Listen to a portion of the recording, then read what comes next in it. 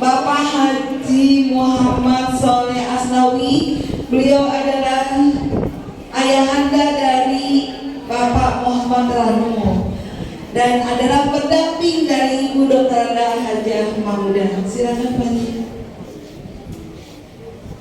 Bismillahirrahmanirrahim. Assalamualaikum warahmatullahi wabarakatuh. Selamat pagi dan salam sejahtera untuk kita semua. Om Swastiastu, Namo Buddhaya, salam kebajikan. Bapak-bapak, mohon maaf dan ibu-ibu yang saya tidak bisa sebutkan satu-satu. Namun tidak mengurangi rasa hormat saya pada pagi hari ini. Dan saya tahu persis bahwa bapak-bapak, ibu-ibu yang hadir ini adalah para senior dan telah paling tahu saya, karena memang dulu berapa tahun yang lalu saya sering antar istri untuk ke sekolah. Oleh karena itu, sekali lagi rasa hormat dan takzim saya kepada semua yang hadir pada hari ini. Pertama-tama mari kita panjatkan puji syukur kepada Allah SWT atas limpah rahmat hidayah dan inayah kepada kita semua. Bahwa hari ini kita masih diberikan panjang umur, diberikan kesehatan, dan diberikan bermacam-macam nikmat, sekaligus silaturahim yang barangkali kita tidak pernah bayangkan 2 minggu, 3 minggu yang lalu atau seminggu yang lalu bahwa kita hari ini akan bertemu di sini, bersilaturahim di sini. Khususnya dengan saya, tentunya tidak pernah terbayang oleh ibu-ibu dan bapak-bapak semua.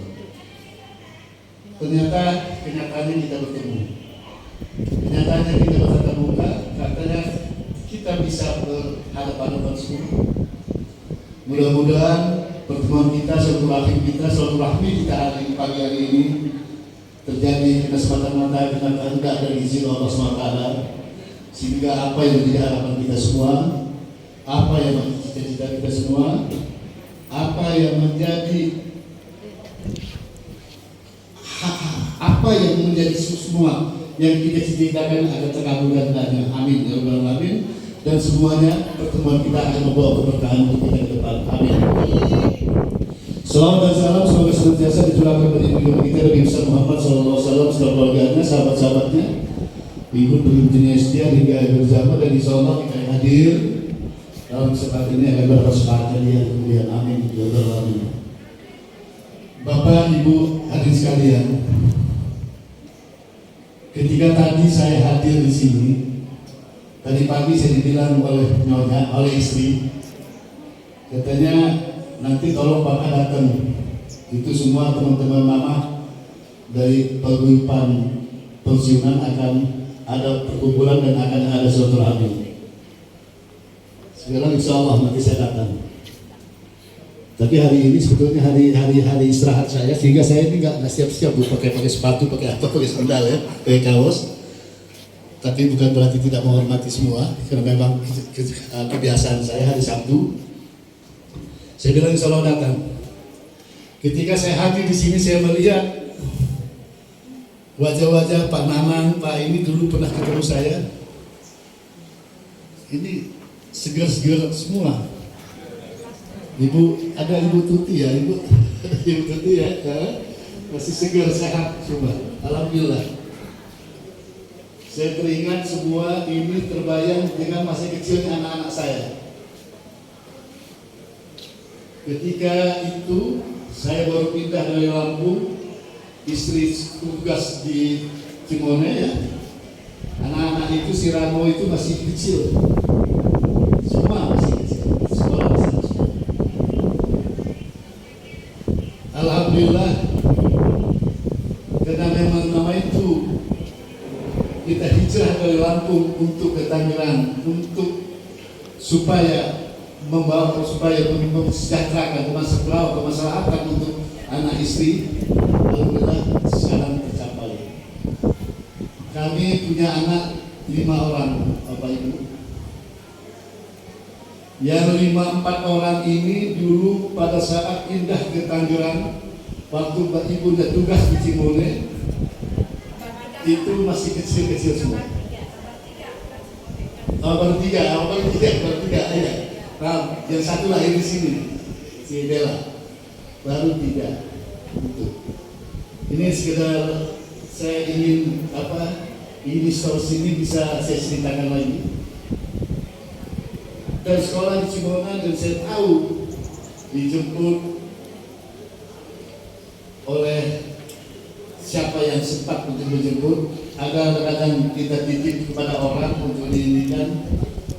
Dan alhamdulillah hari ini mereka sudah keluarga semua.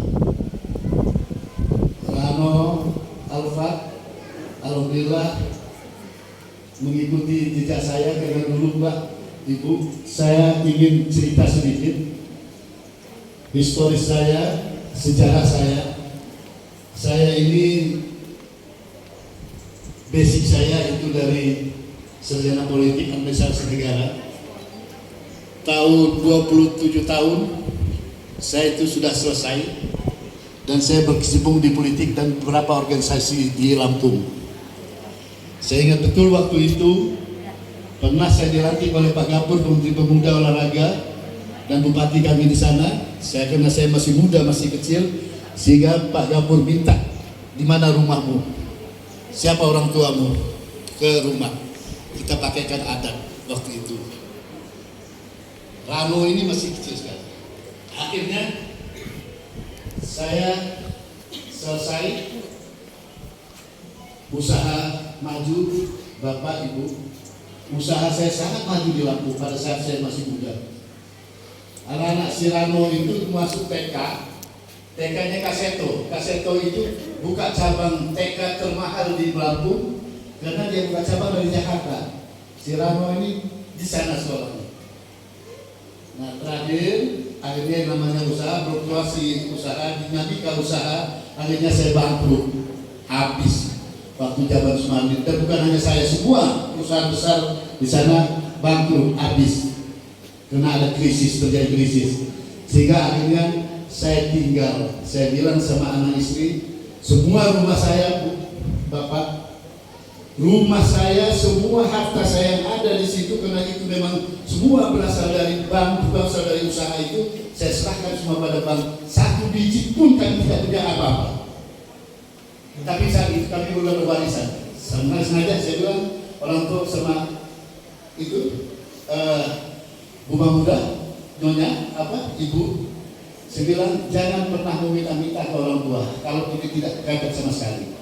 Kalian tunggu di sini, dan kebetulan saya memang bergaul pada saat itu karena saya berorganisasi, sehingga orang bank itu masih menghargai saya. Pak, ini rumah bukan rumah Bapak lagi, sudah kami sita, tapi silakan Bapak tunggu kalau mau tunggu sampai Bapak berhasil lagi. Akhirnya saya tinggal anak istri saya di sana. Sampai ibu itu, saya bilang kalian ini ada modal sedikit, apapun usahanya silakan. Buat donat, buat peyek, segala macam silakan. Yang penting jangan dulu minta sama orang tua. Jangan dulu untuk minta apa-apa dengan orang tua. Sepanjang masih bisa dijalankan kita sendiri, jalankan. Saya hijrah. Lalu saya hijrah ke sini. Pada saat tinggal saya hijrah, ada saya di kapal, saya janji dengan diri saya sendiri, saya tidak mau berpolitik kecuali sudah kaya. Saya tidak mau lagi berpolitik kecuali saya sudah mampu dan sudah punya modal kekayaan. Saya sekarang cari uang, bagaimana cari uang untuk masyarakat, untuk kesejahteraan, untuk kelangsungan hidup anak istri saya. Itu nama itu saya. Betul-betul nama itu saya, tidak ada lain. Nah, ketika itu Bu, Bapak, sampai berapa puluh tahun, sampai 10 tahun, sampai 15 tahun saya usaha, saya tidak pernah menyentuh politik. Tidak pernah menyentuh politik. Walaupun basic saya politik, menggeli lihat politik. Dan saya tahu semua, Agapur semua di Golkar, saya tahu, Akbar Tanjung saya tahu. Saya mestinya harus sudah itu, tapi saya tidak mau. Sesuai dengan janji saya, tunggu. Kalau saya belum ini, belum. Maka akhirnya terakhir 2009-2004 baru saya bergerak di politik. Baru saya pegang beberapa partai. Ada beberapa partai tahukan pada saya, dan saya pegang dengan basic saya itu. 2009 masuklah saya dari partai politik dan jadilah anggota dewan di kabupaten. Karena saya sudah merasa punya kemampuan, saya sudah merasa sudah settle. Anak-anak sudah bisa sekolah, semua sudah bisa terbiayai, dan biaya ada, uang ada. Akhirnya saya berpolitik sampai 2 periode. Terakhir saya pimpinan salah satu pimpinan di Dewan di Tangerang Selatan. Rano, ketika saya untuk 2 periode, Rano masuk ke provinsi. Dewan provinsi.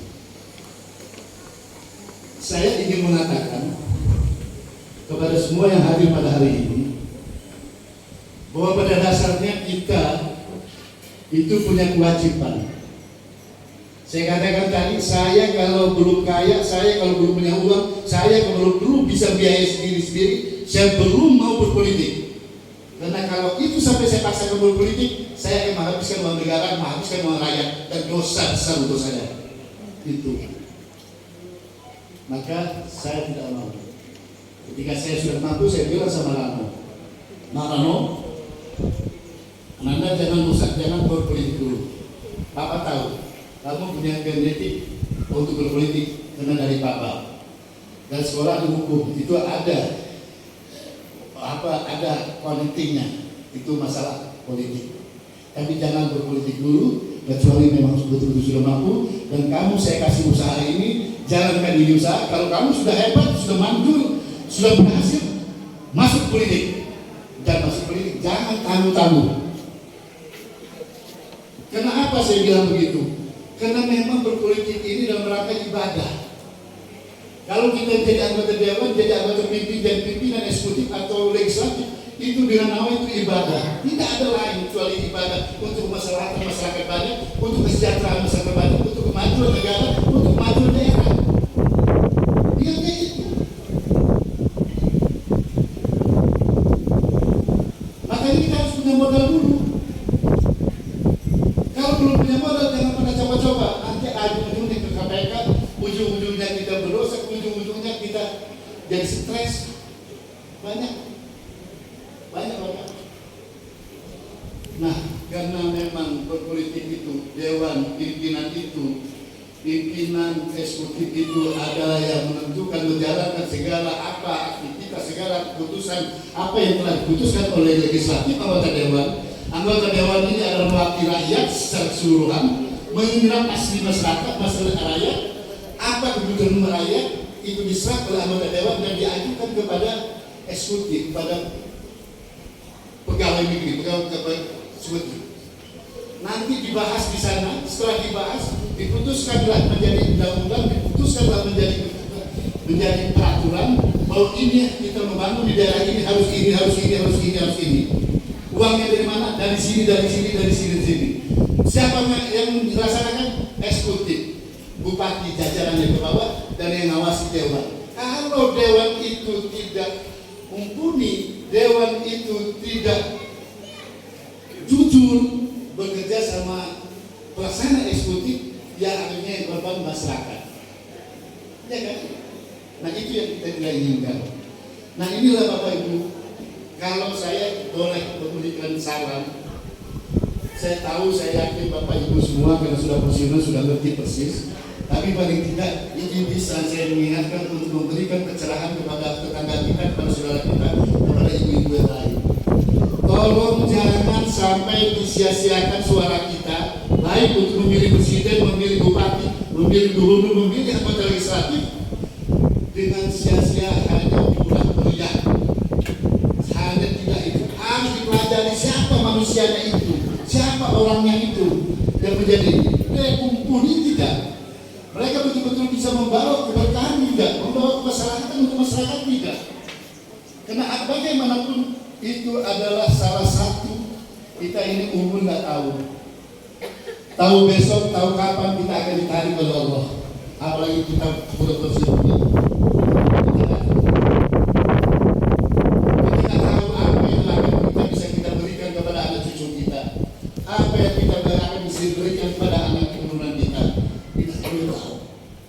Kalau belum ada harta yang ada kita siapkan sekarang masih terbatas.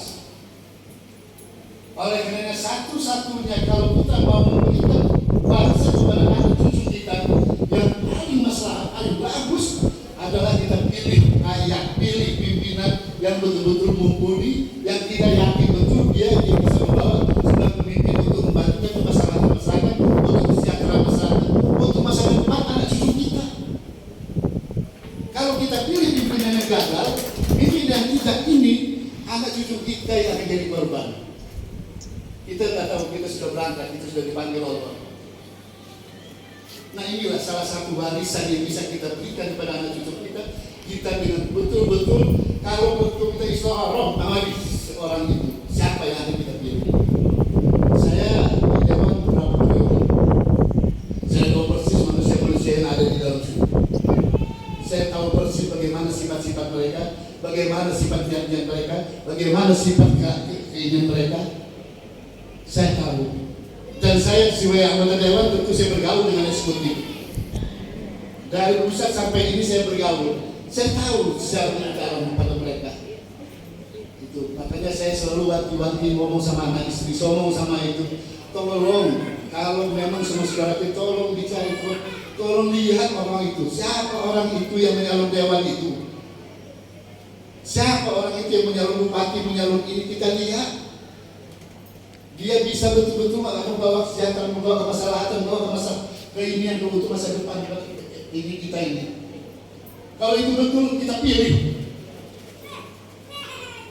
Jangan kita dikasih duit, kita kasih duit dia kalau perlu kita bantu dia supaya dia bisa jalan. Jangan gara-gara uang 100.000, gara-gara kerudung, gara-gara ini kita jual suara kita sia-sia. Banyak sekali kita tunggu. Saya selalu ngomong di mana-mana. Saya tidak pernah ragu untuk ngomong itu. Karena memang ini kebenaran dan saya memang sudah pelajari semua. Dan ini memang kebenaran yang hakiki bahwa kalau kita salah memilih, ya akan jadi korban anak cucu kita. Bayangkan, kalau Bung Karno tidak memerdekakan kita, apa jadinya kita sekarang? Itu. Dan kita lihat juga pemimpin-pemimpin yang punya visioner yang ke depan. Kita memilih presiden ini juga kita lihat siapa yang harus kita pilih. Kita renungkan, kita pilih lah. Inilah. Jadi kalau Rano ini insya Allah, makanya kami minta dukungan, kami saya berani meyakinkan bahwa Rano ini betul-betul memang amal itu kan memang mau untuk memperjuangkan kemasyarakatan untuk demi masyarakat dan demi negara. Karena kalau mereka ini di level DPR RI itu sudah tingkat negara yang mereka perhatikan. Kalau di level kabupaten kota tingkat daerah yang mereka hitungkan. Kalau level Rano ini, insya Allah Rano juga bisa bantu kalau ada hal-hal kesulitan tentang kita, tentang apapun. Nanti kalau misalnya tidak sempat ketemu Rano, ibunya ketemu saya, ketemu keluarga yang lain, bisa kita inginkan. Tapi tolong dibantu. Nah inilah Rano. Kalau Rano ini insya Allah memang sudah kita didik, sudah kita besarkan dan sudah saya modalkan. Alhamdulillah. Rano dia punya usaha, dia sudah punya passive income, dia tidak perlu merongrong negara karena dia tanpa dia bekerja dia pun sudah mendapat passive income, misalnya kontrak dan sebagainya dan sebagainya. Itu salah satu contoh. Nah inilah yang sebetulnya yang paling ideal kalau yang mau jadi anggota legislatif atau menjadi pimpinan. Itu. Tapi kalau jadi legislatif baru mau jadi sudah gadaikan sawah, sudah gadaikan ini, gadaikan itu. Begitu dia jadi ya udah dirongrong pada dinas sawah saya aja belum tembus. Tolong nggak bantu dulu saya. Apa yang kita? Ya itu kan. Ya. Saya kira itu, saya mohon maaf, ini saya harus terus terang seperti ini. Karena saya anggap pensiunan ini adalah keluarga besar. Karena saya juga bagaimanapun pernah merasakan sedikit sebanyak apa itu tentang uang pegawai negeri sebagai guru, sebagai kepala sekolah. Saya cukup turut ikut makan. Turut daging saya ini ada daging yang berasal dari uang guru, uang itu. Insya Allah itu maaf, dan saya tidak pernah ragu. Saya anggap itu saudara keluarga semua. Saya mohon maaf barangkali hal-hal yang kurang berkenan, dan inilah adanya. Saya sampaikan ini tidak pada siapa-siapa, buat semua saya sampaikan ini. Ini kebenaran yang saya sampaikan, bukan untuk memancing atau untuk merayu supaya memilih Rano, tidak. Kalau memang ada yang belum tahu persis siapa Rano, selidiki, pelajari, lihat siapa Rano, dan pelajari, tanya. Selama dia 5 tahun, selama dia di provinsi, 5 tahun di provinsi, tanya apakah pernah ada masalah, pernah apa, siapa pernah ada. Selama dia di pusat sekarang ini juga silakan tanya. Jadi jangan pernah ragu-ragu, tolong didukung Rano ini, karena Rano ini kita berharap supaya Rano ini betul-betul anak muda yang bisa menggerakkan anak-anak muda yang lainnya nanti ke depan untuk meneruskan perjuangan-perjuangan yang dia perjuangkan sekarang. Saya kira ya, Bapak Ibu semua, saya mohon maaf barangkali sekali lagi kalau ada hal yang kurang berkenan, karena inilah adanya yang harus saya sampaikan. Saya tidak pernah ragu menyampaikan kebenaran, dan kalau nanti ada hal-hal yang terkait dengan Rano, silakan hubungi kami. Hubungi saya sebagai orang tuanya, ibunya sebagai ibunya, silakan. Demikian, wabillahi taufiq wal hidayah. Wassalamualaikum warahmatullahi wabarakatuh.